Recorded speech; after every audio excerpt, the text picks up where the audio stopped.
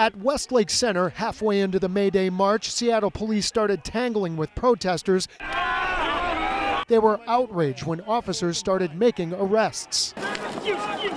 Look closely. The shower of liquid you're about to see, guys, we just got gassed, is pepper spray being sprayed by officers to disperse the crowd. Some of the protesters were pouring Maalox into their eyes for relief. I can't breathe. But a large group held their ground. Go arrest the real criminals on Wall Street, pigs! And they pushed back. That's when police started using crowd control grenades. While we were on the front lines, grenades exploded under our feet. A lot of the shrapnel came over. This piece hit me. It's a heavy metal piece. There's another one. There's a bunch of people firing weapons on unarmed citizens. While dozens of officers surrounded the Niketown store, which was targeted by vandals last year, we spotted one of the protesters concealing what appeared to be a heavy baton. Objects were thrown, but no one was close enough to shatter glass. They're making this into a war zone when it's not. It's a march, and that's all it is, and that's all it was trying to be.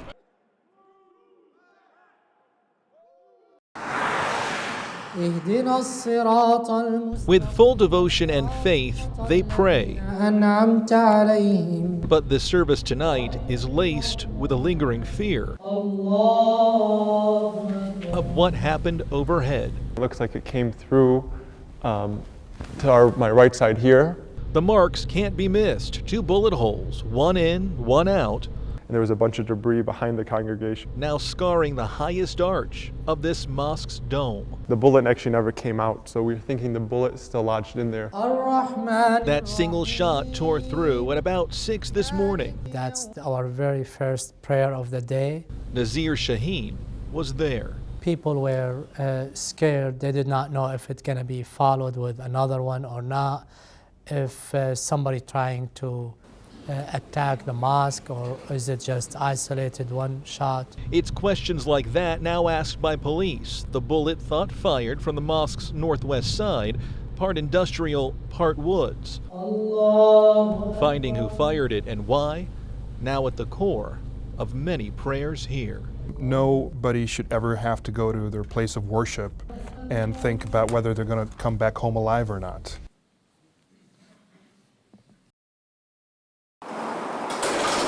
The clatter of rush hour, the thaw between storms. I'm struggling. And Zach Lowings looking at street life in the near ground. I really don't want to be homeless again. It's really hard. Lowing at 50 lives in a little apartment, his rent subsidized by his eye. They're like, what kind of camera do you have? I go, I just use my cell phone. And they're like, what? He's Chicago's alley walker. Images unfiltered, you'll only see if you stray from the worn path. Lowing strayed, saw his old life, condo et al., circle the drain in a haze of whiskey. I was addicted to being selfish. 2 years at the shelter, now 6 months out. It's hard to explain to people what the anxiety does to you. His art's seen public showings, gets website clicks. Last month, years sober, he almost slipped in Chicago's freeze and wrote on Facebook. I went to pay my rent today, almost went to get drunk instead. I'm glad I didn't. And I found this picture. The city always seems to come through for me. This month, rent-wise, he's nowhere close, and close to becoming a part of the alleyways he portrays. I just feel really bad that I'm going to let a lot of people down.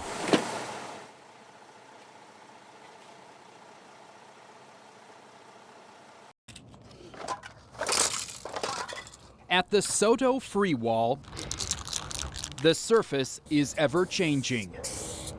I'm sure you could peel back layers upon layers of paint on this wall. Layers left by spray cans. Instruments to deface or create. You just mention the word graffiti and look at people's faces or hear their reactions, and they just immediately, turn away from it sometimes. Marcus Williams says what he does here is often misunderstood. A lot of people don't realize is it is an art form. And we come here to get away from everything and do a piece. Marcus's pieces take hours. AB's tag it up real quick and it lets it all out. Take seconds. You're John Hancock. On this wall, graffiti is legal. Kind of like a watering hole. for all the animals that want to drink. This is the back wall of William Bloxham's produce distribution business. We've chosen to make this space available to people. Bloxham has been welcoming urban artists and their spray paint for about a decade. It's non-traditional to think that way. The free wall draws lots of visitors. I appreciate street art like the next person, and there's some really great stuff here. Christopher Young sees a difference between art like Marcus's and the vandalism he recognizes from the street. They do a lot of illegal graffiti. It's a tagging crew. Young is more than an urban art critic. He's a cop. And about the free wall, he's conflicted. Free walls can cause a lot of problems. As Seattle's graffiti detective, Young says vandals caught elsewhere often tell officers they're headed here. I do seem to get a lot of graffiti cases in Soto, and I probably wouldn't get as many if this wasn't here.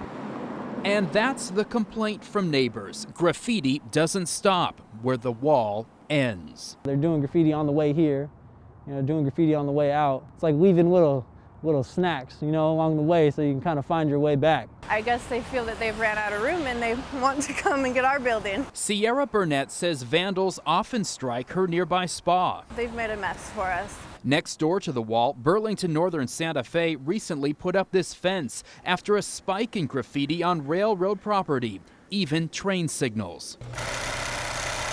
Not every neighbor is upset. Sports lettering company owner Jerry Thornton thinks the tags he cleans up are left by different people than those who paint the wall. These guys, I think, are, more or less artists that are trying to show their work. Mare is one of those artists. It's always been a really great place for freedom of expression. She and the property owner say the wall keeps graffiti from appearing somewhere else. If this wasn't here, it would be worse. I promise you that. A couple 100,000 cans, all wasted here at the Seattle Free Wall rather than on your beautiful Seattle streets. I think graffiti gets a really bad rep because people only see, the tagging part of it. So with each shot of spray paint, Marcus Williams spreads a message. GIA for graffiti is art. Anything you can do with regular art, you can do with graffiti. And after 3 hours, there's a lot more to it than people think. He's done. That's it. The fleeting moment seized, the free wall transformed again. To go from a blank wall to color everywhere, I think is great.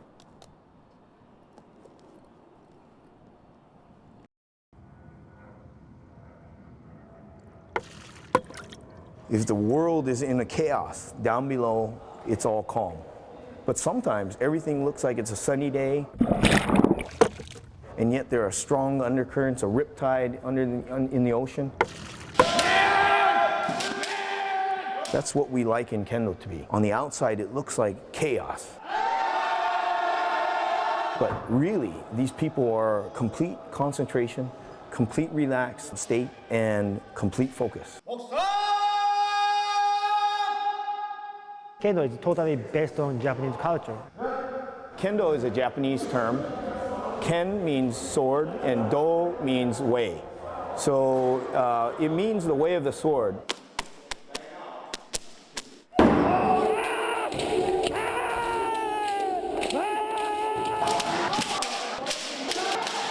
We look totally crazy from outside view because we hit each other with like a big noise, screaming. Far the hardest thing that I do, and it puts everything else into perspective. Dancing at my friend's wedding, no problem. Job interview, no problem. When you're pushing it to your limit and you don't have much more strength, and your teacher feels like you're really giving it your all, they'll try to push you further. Took like armor off, fold them in the ground, we do. But that's just training. If I push myself harder, they respond back hard too. So I was exhausted, and he thought, well, let's put him in a panic situation and see what he does. And I feel like I was able to keep on trying. It was awesome. It was fun. First time I ever had that happen. As physical as lovemaking, it is a very, very personal relationship when somebody screams in your face and demands the very best you have. It is a very personal relationship. You're hearing a lot of shouting, what they call battle cries. So you have to act as if it's a real point. Yeah! Each time you have to put the attention there, right? Big noise, then you can feel tension in your body, and that actually creates a power. I always tell the students to do really loud from down here. Yeah! And you can hear they all stop. At first you find it a little bit intimidating, then you get used to it. We come here because this is the forge. You get hot, you get beaten, and you get stronger, and you get better. And when you leave, everything else is just that much easier. It's like washing yourself, your spirit, completely with practice, if you apply yourself. You know, maybe Kendo might be for you. I don't know. You gotta try. You gotta come and you gotta find out for yourself.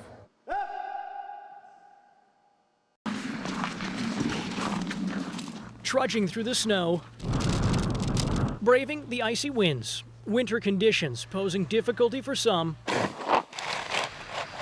The building snow piles proved to be a barrier for others. Just piled up too high right there.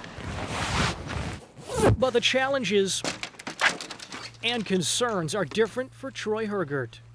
I have retinitis pigmentosa, or RP for short. He's living with a degenerative eye disease allowing him little to no sight. I'm legally blind, have been for 30 years. His cane serves as his sense of vision, but in these conditions, that sense is dulled. I'm having to dig in and find, okay, I'm still on cement.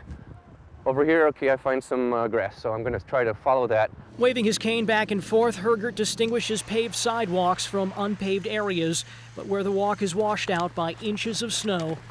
And aha, okay, found something. Sign, garbage can, parking block. Okay, now I know I'm on the path, but again, this is a treacherous spot because I cannot use any of my proper techniques. For 24 hours, we expect when snow falls, it's going to be an issue. It's no one's fault. But within 24 hours, residents and businesses are supposed to clear their sidewalks. Sometimes passage is also prevented by plows. Now I have to get up this curb, and I don't feel any way to do that. It doesn't seem like, it seems like the plow has made a little bit of a mess, or left a little bit, so I'm looking for a way to get up. And finally, I might just give up, and I'm just gonna climb in. For people with visual and other physical impairments, the weather can pose risks. The snow is still falling, so I'm taking a chance. But sometimes in the snow, simple victories are uncovered. Aha, I find a shoveled spot, finally. Patches of plowed pavement, some take for granted. Just please shovel. Jeremy Ross, Fox 6 News.